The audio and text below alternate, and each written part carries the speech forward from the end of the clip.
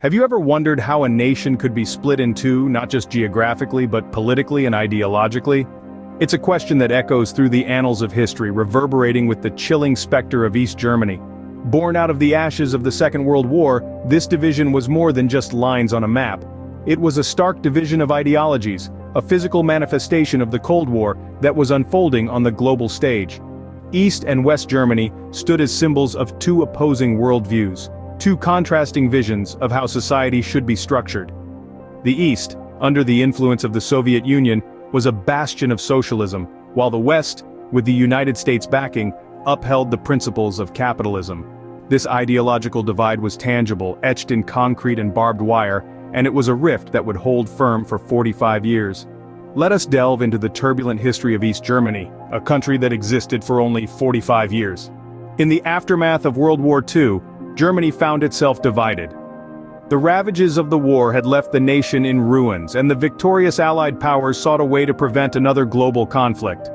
At the Potsdam Conference in 1945, leaders from the United States, the United Kingdom, and the Soviet Union came together to dictate the terms of Germany's future. These negotiations led to the establishment of four separate zones of occupation: American, British, French, and Soviet. However, the Soviet Union's approach differed significantly from the Western Allies. While the US, UK, and France aimed to rebuild and democratize their zones, the Soviets saw an opportunity to extend their influence and ideology. In 1949, the Soviet-occupied zone transformed into a state of its own, the German Democratic Republic, or GDR, more commonly known around the world as East Germany. Despite its name, the GDR was anything but democratic. The state was founded on the principles of socialism, with the Soviet Union as its model and mentor. It was a place where the state controlled the economy, the media, and to a large extent, the lives of its citizens. This was a nation molded by the hands of the Soviets, with a government that was, in essence, a puppet of Moscow. The Socialist Unity Party, the ruling party of the GDR, was heavily influenced by the Soviet Union's Communist Party. From its inception, East Germany was a nation under the thumb of Soviet control, a satellite state in the heart of Europe. East Germany was a nation built on the ideals of socialism, a society where the means of production were owned and controlled by the state. The government promised a better life for its citizens, a society of workers and peasants free from the exploitation of the capitalist West. But the reality was a different story, one of repression, surveillance, and economic struggle. And so, East Germany was born, a nation of workers and peasants. This was a country shaped by the aftermath of war, the ambitions of the Soviet Union, and the ideology of socialism. A country that for over 4 decades would exist as a world unto itself, behind the Iron Curtain. Life in East Germany was a stark contrast to its Western counterpart. Imagine waking up every day to the sight of gray buildings and the sound of strict government orders. This was the daily life for those living behind the Iron Curtain. It was a world of government surveillance, limited freedom, and a constant struggle for basic necessities. The political climate in East Germany was a far cry from the democracy in the West. The Socialist Unity Party, the ruling party, maintained an iron grip on power, suppressing any form of dissent. There was no freedom of speech, no freedom of the press, and the state controlled every aspect of life, from education to employment. Then, there was the Stasi. This was the secret state police, akin to a shadow that loomed over the citizens. They were the eyes and ears of the regime, collecting information on everyone, from high-ranking officials to ordinary citizens. Their goal was to squash any potential threats to the state. They were omnipresent, creating a climate of fear and paranoia. The economic situation was equally grim. East Germany was heavily industrialized, but the majority of the factories were outdated and inefficient. The state controlled the economy, deciding what was produced, how much, and at what price. There was chronic shortage of consumer goods, and the quality of those available was often poor. Waiting in long lines for basic necessities became a part of daily life. Yet, amidst all this, life went on. People went to work, children went to school, and families celebrated birthdays and holidays. They found joy in small things, like a well-stocked grocery store or a rare piece of Western music. They adapted, they persevered, and they hoped for a better future. But for many, this was not enough. They dreamed of freedom, of opportunity, of a life beyond the Iron Curtain. They dreamed of escaping the confines of East Germany. For many, this was a reality they hoped to escape. The Berlin Wall, a symbol of division and the most visible manifestation of the Cold War. In the early hours of August 13, 1961, the people of Berlin awoke to a city transformed. Overnight, barbed wire fences sprang up, slicing through the heart of the city. The birth of the Berlin Wall had begun, and it would grow to become a concrete monolith, stretching over 100 miles around the western part of the city. The wall was more than just a physical barrier, it was a symbol of the ideological chasm that separated East from West. Its primary purpose? To halt the mass exodus of people from East to West Berlin. By 1961, over 2 million people had fled East Germany, and the wall was the government's drastic solution to stop this brain drain. The impact on the people was immediate and profound. Families were torn apart, unable to cross from one side to the other. East Berliners were cut off from their jobs, their friends, and their former lives.